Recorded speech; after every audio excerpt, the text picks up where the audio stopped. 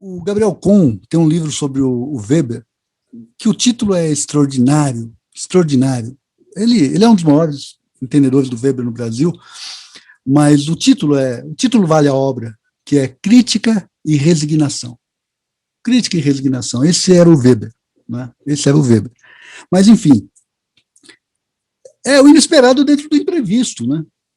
Se você pegar o Maquiavel, olhando ali para as repúblicas, né, da Itália, esse é o grande movimento. Né? Ele vai mostrando como que o príncipe vai lidando, né, com a fortuna. Né? E aí, se a gente estivesse escrevendo um roteiro de uma ficção distópica, né, no século XXI, a gente tinha que fazer um roteiro dentro do roteiro. Então, primeiro você tem a distopia da era do imprevisto, né? Só que é como se fosse um grande filme de alguns anos, o Shortcuts, né? Ou o Tarantino do Pulp Fiction, né? Uma história dentro da história, uma história dentro da história, né? Que é a pandemia. E depois as surpresas que vêm com a pandemia também. Né? Como lidar com isso? Eu acho, voltando para a primeira questão lá do Eugênio, eu acho que é necessário recompor a liderança política. E a liderança política no plural, como eu sempre digo. É necessário recompor um grupo capaz de fazer um diagnóstico correto do que nós estamos passando.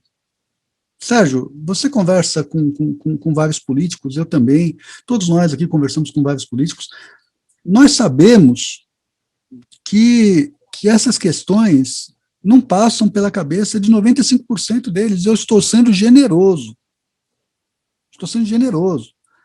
Então, é necessário essa gente ter a ideia do perigo, né, do mal que ronda a Terra, para voltar para o título do Tony Judd. Esse livro, esse pequeno livro é fantástico. Né, fantástico. Então, falta isso. Eu acho que os intelectuais, voltando para o Otávio, os intelectuais têm um papel importante, que é chegar para essa gente e dizer o seguinte: olha, vocês precisam compreender o que está acontecendo. E precisa criar mecanismos, e aí eu digo mecanismos institucionais, que não são capazes de prever o inesperado dentro do imprevisto, mas são capazes de compreender rapidamente o inesperado e agir no sentido de mitigar os seus efeitos. O grande problema é que o imprevisto se coloca, a humanidade fica paralisada, boquiaberta, e os inesperados todos se sucedem, e essa estupefação, ela só aumenta. Na melhor das situações, o que nós temos é o blasé, o sujeito blasé andando pela rua como se isso não fosse um grande problema. É necessário constituir espaços que sejam capazes de fornecer para essa gente uma melhor visão. Essas fundações dos partidos políticos é um dinheiro enorme e absolutamente mal gasto, na maioria dos casos. Na maioria dos casos, é um dinheiro muito mal gasto. Poderia estar sendo empregado esse dinheiro na compreensão do mundo, mas isso não está indo por aí. Né? Está se transformando, na maioria das vezes, em cabides de emprego. Eu acho que esse exercício de tentar entender o que é mais estrutural nesse momento, ele é muito importante, é algo que me inquieta, tanto do ponto de vista da análise social, quanto do ponto de vista do papel do intelectual, né? Porque me parece que também a nossa rotina dentro da academia e dentro das universidades nos obriga a produzir muito rapidamente sobre muitos fenômenos no calor do momento, e isso às vezes dificulta de entender quais são as estruturas que estão por trás desses processos.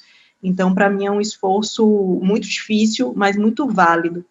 E aí, evidentemente, o ponto que me interpela, né, mais diretamente na sua fala é a questão da tecnologia. Justamente porque eu acho que pensar estrutura, né, social, econômica, política, e pensar o papel da tecnologia tem sido quase que antagônicos, porque a nossa discussão sobre a tecnologia ela acaba sendo muito reativa. A gente acaba sempre pensando a tecnologia como um elemento externo que vem provocar determinadas mudanças para o bem ou para o mal. Então, a gente está sempre discutindo se um determinado processo social ele é provocado pela tecnologia ou se é a própria sociedade que já tinha esse processo que acaba sendo alimentado, apenas aumentado pela tecnologia, e eu acho que essa dicotomia aí entre um certo tecnodeterminismo e um certo sociodeterminismo é muito ruim e impede de ver o que essa tecnologia tem e traz para os nossos tempos, que é de fato estruturante da nossa sociedade. Então, me parece que muitas vezes, para citar um ponto aqui, que a gente já discutiu algumas vezes, a questão dos algoritmos, por exemplo.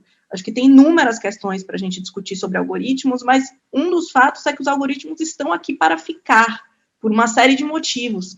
E, portanto, a gente precisa entender como lidar com essa realidade e talvez como construir uma realidade diferente da que a gente tem hoje. Eu acho que é isso que entender a estrutura nos permite, não apenas entender o que estamos vivendo hoje, mas entender como produzir algo diferente do que está aí. Né? E aí eu vou me permitir fazer uma coisa que eu nunca faço, que é citar Milton Santos aqui, para lembrar da ideia dele de que cada período histórico é marcado por uma técnica. A técnica ela é parte do período histórico, constituinte de como o período histórico se faz. Né? E aí você estava falando do livro do Mark Lilla, que de fato é bastante interessante, e de como ele faz esse resgate dos processos políticos que estão por trás do uso das tecnologias, mas, por outro lado, eu acho que pensar o período técnico em que vivemos e quais são as características estruturantes desse período técnico também é essencial. Né? E aí eu queria te ouvir um pouco sobre isso. Vou citar apenas uma frase aqui que eu acho que me ajuda, pelo menos, a pensar um pouco isso, que Milton Santos diz: cada período é portador de um sentido, partilhado pelo espaço e pela sociedade, representativo da forma como a história realiza as promessas da técnica. Então, ele vai falar de uma história que realiza promessas da técnica. A técnica está aí, a técnica tem promessas, mas é a história que realiza ou não essas promessas. Então, me parece que essa relação aí entre história, técnicas, promessas, poderia ser interessante para pensar esse momento. É isso, obrigada. Eu citei lá o Jean Roberto Casaleggio. Eu preciso confessar que eu citei pensando em você. Tá? Porque você e alguns dos nossos colegas aqui no grupo tem uma coisa que eu acho fantástica, que é o seguinte: olha, existe um determinado problema aqui, eu vou tentar compreendê-lo. E aí faz um recorte mesmo de objeto e vai atrás daquele objeto, não foge daquele objeto. Nós erramos quando a gente não consegue fazer a soma das partes. É quando você começa a dar importância absoluta para o objeto, o objeto explica tudo, como eu achava lá atrás, quando eu estava pesquisando liderança política, que todo problema se resumia à liderança política, e não é. É o espírito do tempo. Há um zeitgeist nessa história toda. E a tecnologia, ela reflete isso, mas é necessário ter gente como você que vai lá e compreende aquele processo, até porque os algoritmos, vou usar a tua frase, vieram para ficar. E aí tem um processo de retroalimentação, né? Eles são o resultado da história, mas eles têm o poder de alterar a história, de influir na história, né? Entra naquele conceito de ação coletiva, né? Eles vão influindo, né?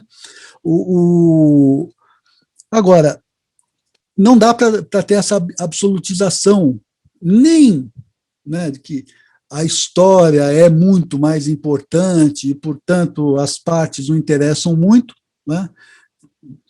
Interessa a floresta e não as árvores, sem perceber que sem as árvores não existe a floresta. Né? E aí a lembrança do Milton Santos é ideal, não é só porque você é neta do Milton Santos, não, é porque é apropriado mesmo. Né? esse imbricamento entre a história e aquilo que a história gera, o que a história produz, as suas tecnologias. E aí eu volto para o meu dileto Guimarães Rosa, né? Quando o Reobaldo fala o seguinte, tem tudo um estranhamento, né? Muita coisa ainda não tem nome. Muita coisa ainda não tem nome. Quem vai olhar para esse estranhamento e vai dar nome para as coisas são pesquisadores como você. E os intelectuais estão muito distantes uns dos outros, e voltado para suas questões do currículo Lattes, etc., tá? Ou para suas vaidades, que também são enormes, não é? E não tem conseguido produzir essas sínteses. Não é? A gente precisa fazer alguma coisa naquilo que nos cabe, nesse campo de intelectuais, tentar produzir o que for possível. Tudo isso que você expôs, não é? A figura dos demagogos, essa crise, esse mal-estar do qual você fala, o quanto isso é novo, e quanto, na verdade, a gente não está repetindo, mais uma vez, talvez como uma farsa, não é para citar o velho barbudo alemão de novo, uma história que já aconteceu. Porque você fala sobre mal-estar, e mal-estar na hora eu lembro do Sigmund Freud, que em 29, 30 ele vai escrever Mal-Estar na Civilização, não é? Você fala também do Gramsci, né, do interregno e dos sintomas mórbidos que surgem no interregno, e o Gramsci está escrevendo no começo dos anos 30. Há 2 semanas atrás, o Eugênio fez uma maravilhosa apresentação sobre um texto que, em alguma medida, também nos remete lá a esse período do entre duas guerras, não é? O seguro fácil do Eugênio. Então, eu me pergunto o quanto que nós estamos lidando com algo novo e o quanto que não há uma repetição. Você fala como Trump utiliza o Make America Great Again, mas essa é uma máxima que ele, na verdade, rouba abertamente do Ronald Reagan. Ele também vai falar da Silent Majority, que é outra coisa que ele pega do Richard Nixon. E passando dos Estados Unidos para o Brasil, eu estou trabalhando num artigo nesse momento com um querido colega colombiano sobre o período entre 46 e 64, eu tenho lido muito sobre a UDN e o udenismo, e essa disputa entre os udenistas e os populistas, por assim dizer, não é? E cada vez mais eu acho que nós vivemos no Brasil uma repetição do que aconteceu há 50, 60 anos atrás. Enfim, tem passagens, aquele livro clássico da Maria Vitória Benevides, a UDN e o udenismo, que ela fala que os momentos de maior mobilização dessa base social udenista aconteceu nas campanhas eleitorais ali, do Jânio, inclusive, e elas eram baseadas em um discurso anticorrupção e um medo de um comunismo que faria uma igualização por baixo, não é? Então eu vejo, olha como a gente volta aos mesmos lugares, né? Talvez o Bolsonaro, com tudo que aconteceu desde então, seja, para alguns setores da direita brasileira, o que o Jânio foi ali em 61, a UDN de porre, como se falava, como Afonso Arinos falou naquela ocasião. E então, não sei, talvez esse homem revoltado, esse homem ressentido, ele já estivesse sempre ali presente, ele reaparecesse em vários momentos. E um ultíssimo comentário é que, ao mesmo tempo, pensando no Brasil, talvez até nos Estados Unidos, como que tem um lado que a gente poderia entender esses movimentos como um resultado de um mal-estar, algo que emerge de uma população que está precarizada, que está vendo suas condições de vida se deteriorarem, mas também a gente tem, no Brasil, a gente vê na base de apoio do Bolsonaro, né, muitos que estão arrependidos, como você mesmo apontou, muita gente que, assim, se é para falar de mal-estar, pessoas que nunca estiveram mal, não é? Então, tem um pedaço da base, que é uma certa elite que também ali apoiou, enfim, o golpe no Brasil, apoia o Bolsonaro hoje, nos Estados Unidos também votou no Trump. Então, eu me pergunto isso, se a gente está... O cerne da minha pergunta é isso, estamos com algo novo ou estamos repetindo o passado de novo? Quando se fala do homem revoltado, por exemplo, o que me veio à cabeça foi o Camus, né? Que escreve isso nos anos 40, 50. Né? Eu fui correr, a hora que você começou a falar, eu fui correr, certamente o Sérgio já viu isso aqui, que é o M, né, do Antônio Scurati, O Filho do Século, que é sobre o Mussolini. Esse livro vai de 19 a 24, né? O que é o futurismo do Marinetti? É interessante, porque quando você pega o quanto que o futurismo do Marinetti envolve o Damuzio, envolve o próprio Mussolini, etc., aquilo é uma ode à modernização, à transformação, a um grande salto tecnológico que o mundo estava dando naquele momento. Não é? Eu acho que esse movimento da história, ele existe. Né? E é o que é interessante, quando você pega os grandes caras que fizeram teoria na política, e vão pegar os clássicos dos clássicos, né? Vão pegar o Montesquieu e vão pegar o Maquiavel, o que eles fizeram? O Maquiavel, para explicar o César Borgia, ele foi lá atrás, cara. Logo depois ele foi pegar o Tito Livio, ele foi pegar Roma, ele foi pegar... Porque esse movimento está presente na história. É claro que tem particularidades, é claro que traz as suas novas tecnologias, como a Nina apontou aqui, é claro que a história vai produzindo ali os seus caminhos novos, etc. Mas eu acho que tem ruptura e conexão. Ruptura e conexão, ruptura e conexão. E você aponta muito bem. Né? Para você, eu escrevi um artigo no final de 2018, virada para 2019, que saiu numa publicação da Companhia das Letras, a Lili Schwartz até mencionou aqui, ao Bolsonaro. Essa direita reacionária sempre existiu no Brasil. Ela está lá no Plínio Salgado e no Plínio Correia de Oliveira também, né, na TFP. Ela está em setores da UDN, né, e ela está no malufismo, que ela estava órfã, ela abraçou o Bolsonaro depois.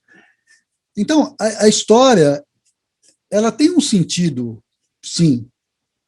Né, essa história de o fim da história, o Fukuyama teve que voltar atrás e se explicar, porque acabou sendo... Até quem lê o livro dele sabe que ele foi mal interpretado, não foi exatamente isso, mas a ideia de que a história acabou e aí um novo processo... Não, tem conexão. E aí, cara, se a gente quer entender, né, e fazer teoria, é olhar para a história e ver... Aí é como os físicos fazem, e o da Empoli aponta isso no Engenheiros do Caos. Você vai vendo o número de repetições que aquilo se dá ao longo do tempo, e você tira dali se não uma lei, algo que sirva como uma teoria. Né? E o esforço que você está fazendo com o seu colega agora, de olhar para o 46 ao 64 e encontrar elementos daqui, está absolutamente correto. O Hipólito tem um livro fantástico, acho que é a tese dela, sobre o PSD. Né? E ela resgata ali, olha que maravilha, Eugênio, olha que delícia essa frase, ela resgata uma frase do Tancredo, que o Tancredo, se referindo, no meio da Guerra Fria, se referindo ao PSD, o Tancredo diz o seguinte: entre a Bíblia e o Capital, o PSD fica com o diário oficial. Tem algo mais atual que isso, e mais delicioso que isso? Entre a Bíblia e o Capital, o PSD fica com o diário oficial. O que é o Centrão? É esse PSD. E o último comentário. É claro que o Bolsonaro não é só o homem revoltado, humilhado e tudo mais. Também tem o preconceito, também tem, né, toda... Eu acho que tem uma questão em relação ao Lula, eu digo isso há muitos anos, Tomás, eu acho que as restrições ao Lula, existem restrições políticas, que são aceitáveis, mas ao Lula tem muita restrição estética. Muita restrição estética. Isso não tem nada a ver se o cara é rico ou é pobre, ele tem restrição estética ao Lula, porque o Lula é aquilo que muita gente gostaria de esquecer. Em 1982, na campanha do Lula, foi um desastre, porque a propaganda era Luiz Inácio Lula da Silva, torneiro mecânico, primário completo, perdeu o dedo na prensa, um brasileiro como você. Não fez sucesso nenhum. Em 86 vem o Eduardo Suplicy. Ninguém falou isso na televisão, mas no PT, eu e o Eugênio somos dessa época, você deve se lembrar, a gente brincava que era o seguinte, se em 82 era um brasileiro como você, no Suplicy a brincadeira era um brasileiro como você gostaria de ser, né? Alto, forte, bonito, rico, etc. Então tem uma restrição estética também, não é só o homem revoltado, não. Também tem isso em grande medida, que é um traço de uma parte da elite brasileira. Não é toda a elite brasileira. Não é? O pessoal demoniza tudo quanto é banqueiro, é um erro, não é? Mas é um traço de uma parte da elite brasileira, assim, você tem total razão. De fato, eu acho que o Castells é inovador, eu li todos os livros dele, a publicação, mas eu acho que tem um ponto, eu não diria que é uma crítica que eu tenho para ele, que seria muita pretensão da minha parte, mas assim, eu acho que ele mantém uma perspectiva sociológica, no sentido de que ele atribui o agenciamento só aos humanos, né? Então, eu acho que o que está acontecendo hoje, que tem decisões distintos graus de relevância na sociedade sendo tomadas automaticamente. Como a Nina lembrou, são os algoritmos. A gente está preso a algumas categorias que elas estão superadas. Por exemplo, para mim, uma das grandes crises é a questão da democracia parlamentar. Essa, para mim, está completamente obsoleta. Independente dos caminhos das eleições que acontecem no mundo inteiro, eu acho que todo mundo já tem consenso de que a política, da forma como se exerce, ela tá desgastada, ninguém acredita mais nela, ninguém acredita no político. Então, eu acho que as categorias estão obsoletas. Por exemplo, eu não sei o que é esquerda e direita hoje, né? Você falou várias vezes, direita e esquerda, para mim é outra categoria, são outras categorias superadas. Eu não divido mais o mundo entre direita e esquerda há muito tempo. Eu acho que tem aquelas pessoas comprometidas com o bem, com pensamentos e sentimentos humanistas, né? Talvez sejam humanistas e não humanistas, mas direita e esquerda, o que é isso? Né? Então, eu acho que, assim como eu acho que a gente tem que inventar até novas linguagens, né? Tem situações que estão acontecendo hoje que as palavras que a gente tem não dá conta, não explica mais. Essa questão também que você abordou do mal-estar latente, eu não acho que hoje o mal-estar latente é só do homem branco médio, que, em suma, é o que eu entendo que você quis dizer, aquele que está sendo deixado para trás, né, que vários comentam sobre isso, mas eu acho que tem um mal-estar latente generalizado, né? Eu acho que temos esse sentimento, mesmo aqueles que são os privilegiados, mesmo os brancos da elite, né? Eu acho que tem esse mal latente, é um pouco por falta de perspectiva, né? E de não se identificar com o que tem disponível. Como é que tem coisas acontecendo de uma relevância fundamental, como, por exemplo, o novo agenciamento, que não é, o algoritmo de inteligência artificial não é um agente moral, né? Eu acho que tem alguns até que defendem isso, eu não vejo como, porque ele não tem intencionalidade em suma. Ele é só um modelo estatístico de probabilidade, hoje, mas ele é um agente, né? E um agente muito importante. Então, só essa mudança, isso é só um exemplo, né? Isso não é a única coisa evidente que está acontecendo, mas isso é um exemplo de uma mudança estrutural no funcionamento da sociedade que não se leva em conta, né? Então, acho que as categorias estão obsoletas. Você pega o Castells, essa obra é de 1996, a que eu citei, né? Depois vieram outras obras, etc., mas essa que eu citei é de 96. E nesta, pelo menos, de fato, não considera que a partir do momento, eu acho que a Nina também apontou para isso, a partir do momento que uma tecnologia se revela como resultado da história, ela é como um filho, né? Ela acaba sendo do mundo, né? Ela acaba sendo apropriada de uma forma que talvez os próprios produtores dessa tecnologia não tinham muito controle. O médico é um monstro, né? não tinham muito controle sobre isso. Eu acho que essas tecnologias acabam tendo um poder de agenciamento grande mesmo, e por isso que você tem que ter instituições. Agora, você tem razão. Não é? Talvez as nossas categorias estejam superadas. Certamente a gente vai ter que desenvolver novos tipos de instituição, mas certamente a ação humana vai ter que, de alguma forma, colocar limites para esse agenciamento, que não pode ser um agenciamento sem nenhum tipo de controle social. Não pode ser. Tem que ter algum tipo de controle social, tem que ter algum tipo de intervenção da ação humana. Enfim, essas categorias são superadas, mas aí eu volto para a frase do Guimarães Rosa, lá do Riobaldo, e aí o Tomás tem razão, né? Está lá atrás, né? Nada é muito novo, né? Há muita coisa, ainda falta nome. Pessoas que estão fazendo as pesquisas que vocês estão fazendo hoje é que vão dar nome para essas coisas que estão aparecendo. Né? Esquerda e direita, por exemplo, são nomes gastos, talvez tão gasto quanto a democracia, que o Ferreira Goulart dizia lá em 85, na morte do Tancredo, que democracia é uma palavra gasta, né? Que liberdade é uma palavra gasta, que tudo isso é uma palavra gasta. No outro dia, meu filho de 15 anos queria conversar comigo sobre esquerda e direita, e eu falei, o que eu respondo para esse garoto? Porque aquelas velhas categorias não servem mais. Eu tenho o livro do Bobbio para ele, que é um livro que também já tem 20 e poucos anos, que é uma tentativa de rever essa concepção de esquerda e de direita. Enfim, muita coisa ainda não tem nome, Dora, e essas coisas vão ser feitas aos poucos. Né? Um dia o Reobaldo descobre que Diadorim, né, não era homem, era mulher, era outra coisa. Né? Um dia nós descobrimos coisas novas.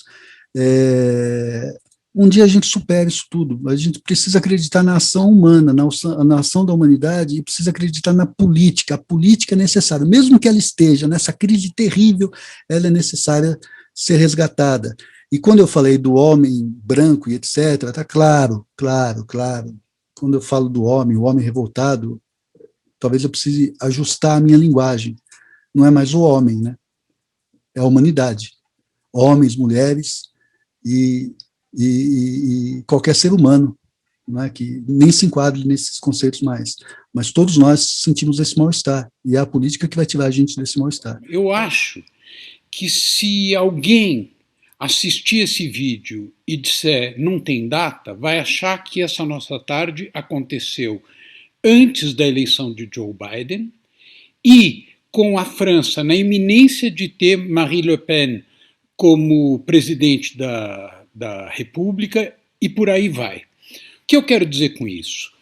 O que é perfeitamente natural, tendo em vista a literatura na qual você, Carlos, se apoiou para fazer a sua apresentação, que é uma literatura que procura entender a crise da democracia. Tem um elemento aí que, a meu ver, falta e que é absolutamente imprescindível para a gente entender o que está acontecendo agora, que é a crise do capitalismo dos acionários, do shareholder capitalism.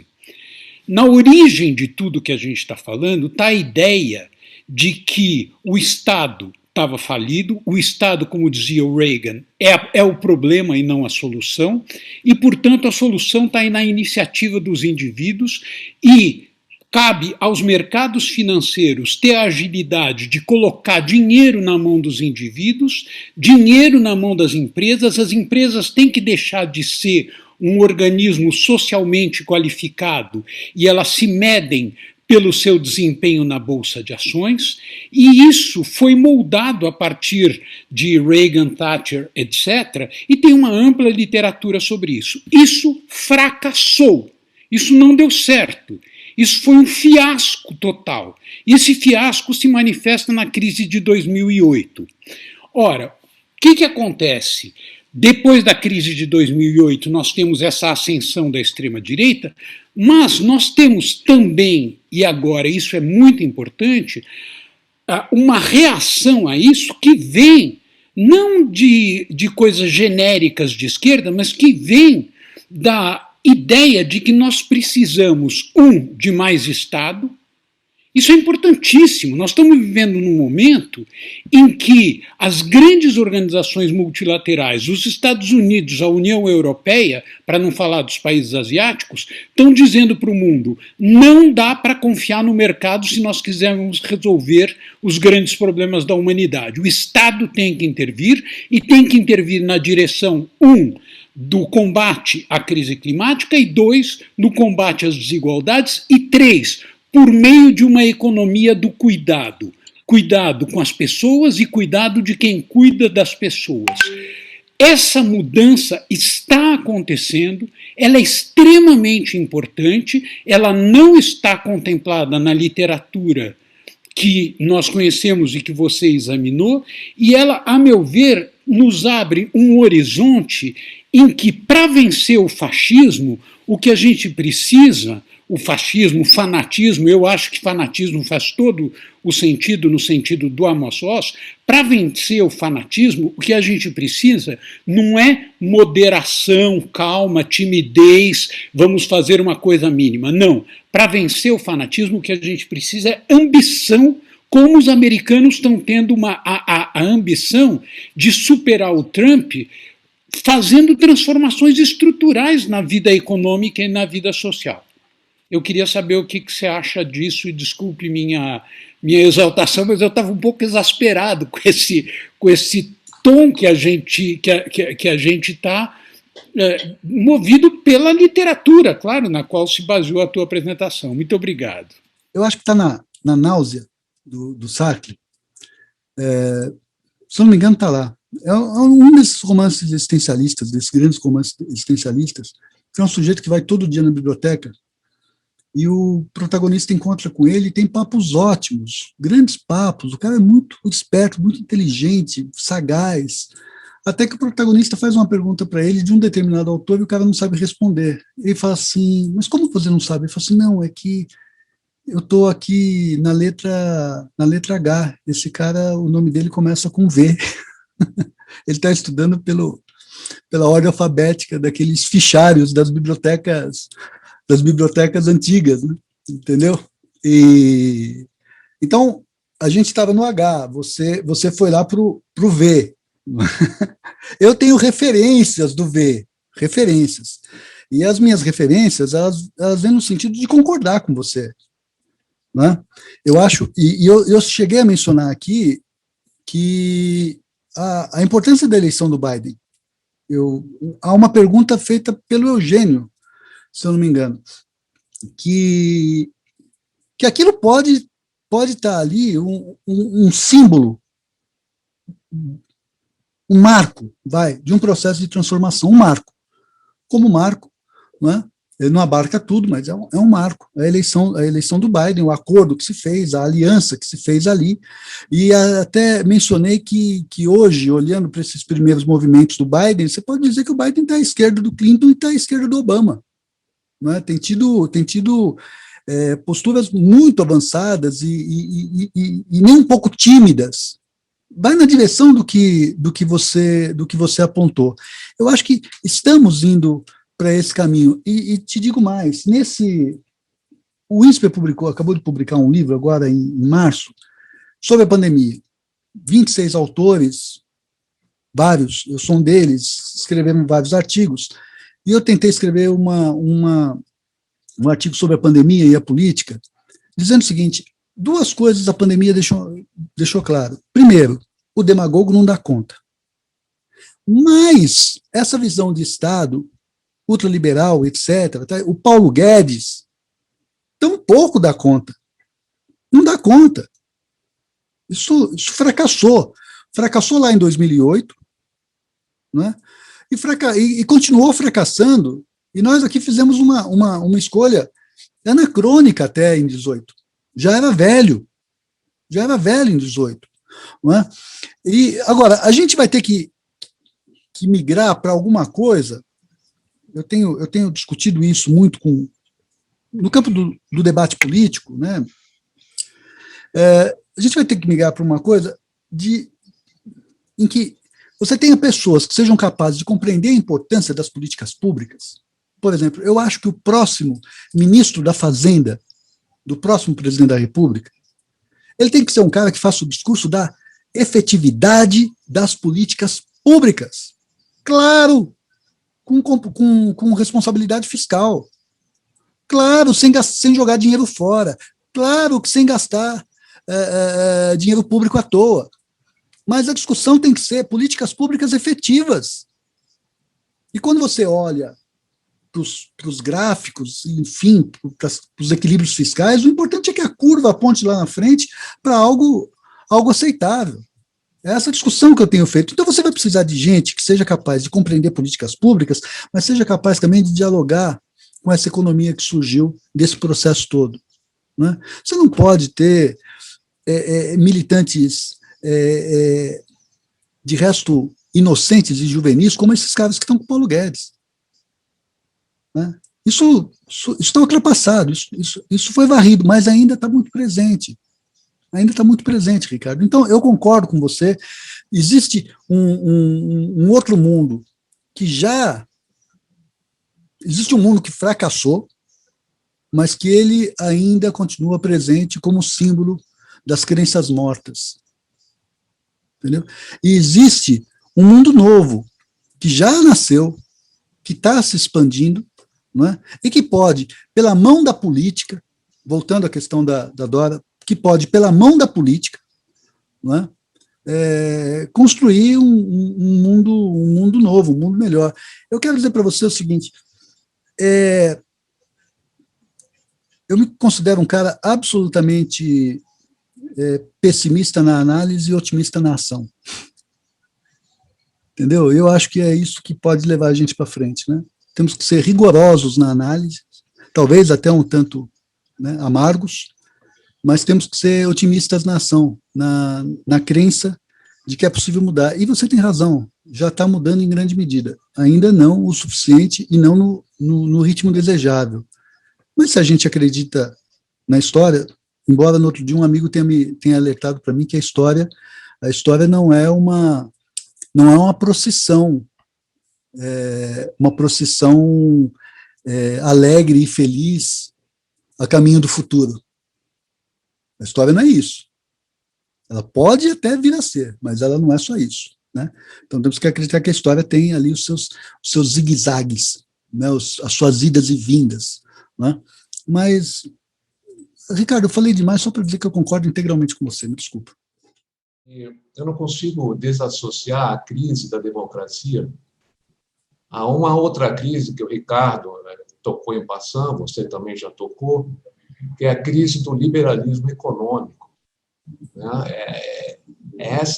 Se o liberalismo econômico estivesse entregando, talvez a crise da democracia não tivesse atingido as proporções que está atingindo.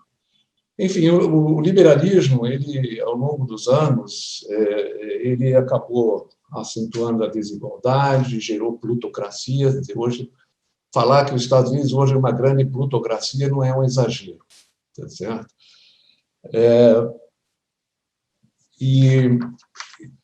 Infelizmente, no Brasil, como você lembra, nós estamos muito atrasados. A gente tem muito economista que fala em Milton Friedman, né? Como se fosse algum caminho possível ainda. Não é. Né? Então, eu queria que você elaborasse, se você não tiver algum tempo, sobre essa crise do liberalismo e a crise da democracia. E há algumas mudanças que estão ocorrendo. O quão fortes serão essas mudanças, não sei. Por exemplo, hoje as empresas estão dando mais ênfase no que se chama de ESG, Ecology, Social and Governance. As empresas estão dando mais importância no stakeholder value, ou seja, as empresas devem gerar valor para os, digamos, traduzido para o português, as partes interessadas, que envolvem os trabalhadores, as comunidades, etc, etc, etc. E há essa grande mudança que você já repetiu várias vezes nos Estados Unidos com Joe Biden. Essa é uma mudança realmente brutal, né? É uma guinada de 180 graus na política econômica. Enfim, eu queria que tu refletisses um pouco mais sobre esse tema. Esse liberalismo, como ele foi pensado lá pelo Milton Friedman, que virou benchmark na América Latina com o Chile e tudo mais, ele ruiu, né? Em 2008 ele ruiu, não é? Ele, para mim isso está claro, e veja, o cinema é uma coisa extraordinária, porque o cinema ele parece estar sempre na frente, né? O Nietzsche dizia que nós precisamos da arte para não morrer de verdade, né? E o cinema mostrou primeiro para todo mundo o Blade Runner, depois mostrou ali o Falling Down, Um Dia de Fúria, como eu disse para vocês, mas, por exemplo, o cinema mostrou alguns filmes interessantes ali, ó, na esteira da crise de 2018. O Margin Call, quem não assistiu, assista o Margin Call, para ver o quanto que isso daí não dá certo. Assista a Grande Aposta, né? Assista o Grande Demais para Quebrar, lá, o Too Big to Fail, né? Vão mostrando que chegou ao paroxismo. Há um documentário chamado Trabalho Interno, Inside Job, né? Também é importantíssimo. Eu exibo isso para os meus alunos, todos os semestres eu exibo isso para os meus alunos. O diabo é que vem um monte de professor depois e fala que isso tudo está errado, né? Que toca o barco desse jeito, assim, que é assim que se vai mesmo, tal, mas eu tento dizer, olha, isso aqui não dá certo, você tem um problema aqui de ação coletiva. Se todo mundo quiser tudo na quantidade desejável, nós vamos para a guerra, nós vamos para a destruição. Por isso que você tem que ter instituições para estabelecer coordenação, cooperação, concórdia. Mas as instituições são obra da política, as instituições não brotam do chão. Eu fico. Os economistas, me desculpa aqui, os economistas, mas alguns começaram a falar das instituições de alguns anos para cá, sobretudo depois do Nobel do Douglas North, com um livro fantástico, importante, né, chamado Instituições e Mudança Institucional e Desenvolvimento Econômico. Né? Começava a falar como se você pudesse simplesmente colar um modelo de instituição de um país para o outro. Não pode. Instituições são resultado da cultura também. Cultura importa, cultura interessa. A aula que o Eugênio se refere, que ele assistiu minha num determinado momento, se eu não me engano, Eugênio, eu estava falando de Sérgio Buarque de Holanda, eu estava falando do Homem Cordial. Não é? Nós temos que resgatar essas questões todas. Enfim, o liberalismo não deu certo, você precisa de instituições, nós estamos caminhando na direção que o Ricardo tem apontado, mas você precisa acelerar esses processos com instituições. Não é? As empresas têm mudado de cabeça? Tem. Por que as empresas têm mudado de cabeça? Porque os seus consumidores têm mudado de cabeça. Porque os seus consumidores têm exigido. Se protege a Amazônia porque há uma consciência ecológica na Europa. E aí há veto a produto brasileiro. Não são as empresas que, de repente, né, é resultado desse mundo novo aí que o Ricardo aponta. Então, você tem razão, os partidos social-democratas se transformaram em liberais. A crítica que o Marco Sandel faz ao Clinton e ao Obama é uma crítica fortíssima, fortíssima. Uma crítica pela esquerda, muito bem colocada. Eu li o livro do Obama, fiquei impressionado, enfim, eu faço um esforço danado para gostar do Obama, tal, e gosto mesmo, mas veio o Marco Sandel e encheu o cara de porrada, porque, porra, não mudou, e ninguém está falando para fazer uma revolução socialista, não, né? Mas não mudou a concepção na essência. Né? A questão do diagnóstico não seria a quarta revolução tecnológica, com aumento da automação e desemprego tecnológico, os trabalhadores manuais deixaram de votar, inclusive, na esquerda. Grande desafio, diagnóstico. Quarta revolução tecnológica, desemprego tecnológico. Terapia, renda básica universal para os subutilizados. Os subutilizados no Brasil já chegam a 1/3 da força de trabalho. Né? Desocupados, mais 1/3. E a solução tem sido apontada a renda básica universal. Para isso, precisa tributar a Big Techs. Essa foi a proposta dessa semana do Biden. Né? Parte do plano dele, tributar os bilionários e as Big Techs. Então, é essa a reflexão que eu peço a Carlos, em especial, e que nós continuamos a fazer nos próximos reuniões. O diagnóstico é a quarta revolução, é esse problema dos subutilizados, é essa uberização, isso precisa ser compreendido. Novamente o cinema, documentário que ganhou o Oscar do ano passado, American Factory, né? Aquele documentário é muito interessante, né, para que se compreenda o que aconteceu com os Estados Unidos, o que é os Estados Unidos hoje, né, o que aconteceu naquela região chamada Cinturão da Ferrugem, por que aqueles caras votam no Trump. Esse documentário é brilhante, é fantástico. E sim, o Biden tem compreendido isso, tem indicado taxar... Uma parte. Produção do Obama, do casal Obama. Exato, exatamente. Veja, quem lê o livro do Obama fala o seguinte: Obama entendeu tudo, mas não pôde fazer nada. É a política. Né? É a política. Agora, esses subutilizados, eles vão precisar ser resgatados com verbas, com políticas públicas, e vai precisar ter taxação. O Biden propõe isso. Agora, sabe o que é interessante? É que o Jeff Bezos apareça também ao longo da semana concordando com o Biden. Isso daí é interessante, é alvissareiro. A pena é que na mesma semana o ministro da Economia do Brasil proponha taxar os livros, porque só os ricos leem, não é? E ao mesmo tempo a gente está diminuindo o imposto de armas e munições. Né? Olha o tamanho da nossa tragédia. Né? Mas, enfim, eu acho que o Biden lá na frente pode servir aí como um exemplo muito, muito interessante para que alguém perceba o diagnóstico e comece a, não numa colagem como o Bolsonaro quis fazer do Trump, né, que o Bolsonaro copiou o diagnóstico errado do Trump, mas num diálogo soberano, num diálogo político maduro, tentando caminhar por essa direção. Quais são os erros que o nosso campo político cometeu para chegar até aqui, mas que continua cometendo? Olha, os erros continuam sendo o fato de não perceberem que essa história de ter várias bundas para uma cadeira só é uma grande estupidez, entendeu? Porque daqui a pouco não tem cadeira para ninguém mais. Nós seremos engolidos por um processo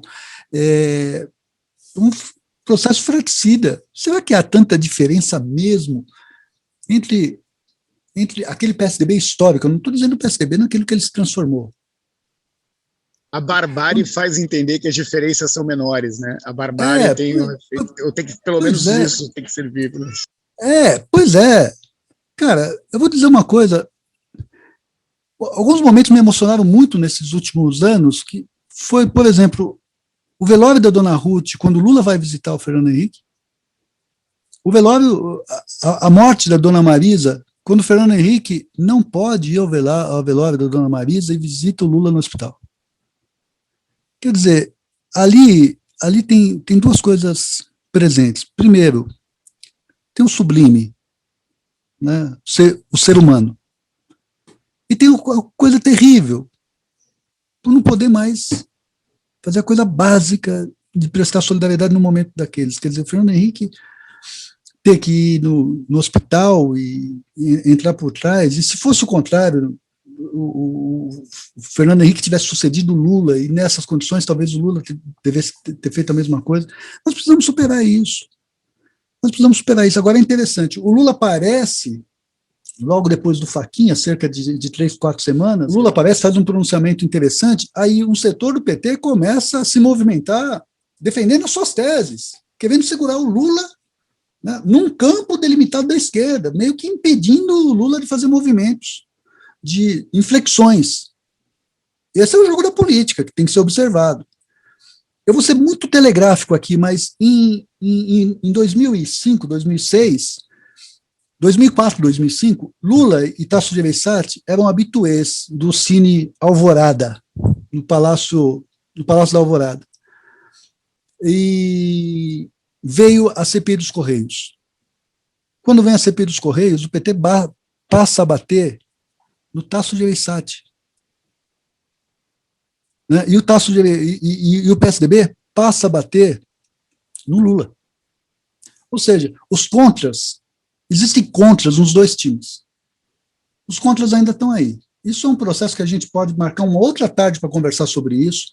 Eu acompanhei de perto esse processo, escrevi muitos artigos na época sobre isso tudo, poderia resgatar, a gente poderia conversar sobre isso, mas existem os contras. Eu acho que a gente vai ter que construir uma unidade dentro dessa situação que nós vivemos hoje. Lá na frente a gente pode voltar a brigar. Essa é a síntese do artigo que eu escrevi com o Eugênio há cerca de 10, 15 dias. Algumas frases que você citou. Democracia é frágil, mas é nova. 2022 vai ser mais o anti-bolsonarismo do que talvez o antipetismo. Democratas encontraram uma solução interessante com Biden e Kamala Harris. Você tem um espectro de 2022 que envolve Lula e Bolsonaro, extrema-direita, esquerda, pandemia, não sabemos como vai estar ainda, o digital, a tecnologia, as fake news, os algoritmos. Eu te pergunto o seguinte, pegando carona no título do livro do Sérgio Abranches, A Era do Imprevisto, qual será o inesperado em 2022? O inesperado sempre vai surgir, é o que o Sérgio disse, né, do inesperado dentro do imprevisto, né? Isso sempre vai surgir. Você quer um exemplo? Quem que imaginava que, de repente, o Fachin fosse anular os processos do Sérgio Moro? Né? E é claro que pode acontecer amanhã, hoje. O Ulisses Guimarães, aliás, aqui, ó, tem uma foto, aqui à minha esquerda, a foto do Ulisses Guimarães rodeado por políticos de todos os partidos, está ali o Gaston Henrique, está ali o Genuíno, está ali o Nelson Jobim, enfim. O Ulisses Guimarães chamava o fato de Sua Majestade o fato. O fato, ele surge de repente a qualquer momento. O que nós não podemos é ser atropelados pelos fatos. Alguma unidade terá que ser construída. O Partido Democrata, eu estou louco para começar a ver a produção que saia, que sempre os americanos produzem muito rapidamente, que sai dos bastidores, tanto das primárias, quanto do processo de composição da chapa a partir do momento em que o Biden é escolhido pela convenção, né, para chegar à Kamala Harris, enfim. Qual foi esse jogo? Quais foram as negociações? Quais foram os acordos? Eu acho que isso pode ser interessante, não para a gente copiar no Brasil, mas para a gente perceber alguns debates, alguns conflitos e algumas possibilidades de aproximação. Enfim, e é claro, né, tudo pode acontecer. Eu só quero concluir, já que você falou da democracia, que ela é muito, que eu disse que a democracia é muito nova. Gisele, é muito rápido. Na era republicana do Brasil, de 1890 a 1930, 2,3% só da população votava. Você não pode chamar aquilo de uma democracia. Houve vários presidentes, mas você não pode chamar de uma democracia. Né? De 46 a 64, você começa a ter participação de verdade, esse período que o Tomás está estudando.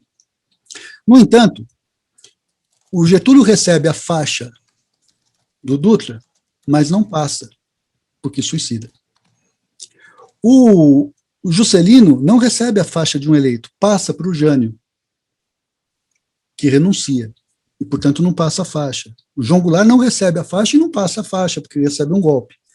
Em 85, o Tancredo é eleito pelo colégio eleitoral, mas quem toma posse é o Sarney, que não recebe a faixa de ninguém. Aliás, o Figueiredo saiu pelos fundos, e também não tinha sido eleito, não tinha faixa para passar, né, a rigor.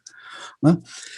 Ele passa a faixa para o Collor, sem ter sido eleito. O Collor recebe a faixa, mas não passa a faixa para um eleito, porque ele sofre um impeachment. O Fernando Henrique não recebe a faixa de um eleito, mas passa a faixa para um eleito, que é o Lula, que passa a faixa para uma eleita, que é a Dilma. 2010 é o primeiro momento na história do Brasil que essa coisa mais comezinha da democracia, que são eleições regulares, é o único momento que você vê. O presidente recebeu a faixa de um eleito e passou a faixa, foi eleito e passou a faixa para um eleito. 2010. Não deu nem para fazer uma série histórica, porque isso já foi rompido em 2016. Né? Então, o nosso desafio é construir uma democracia. Que nome ela terá, como ela será, se terá partidos políticos, parlamentos, etc. Voltamos ao Guimarães Rosa. Né?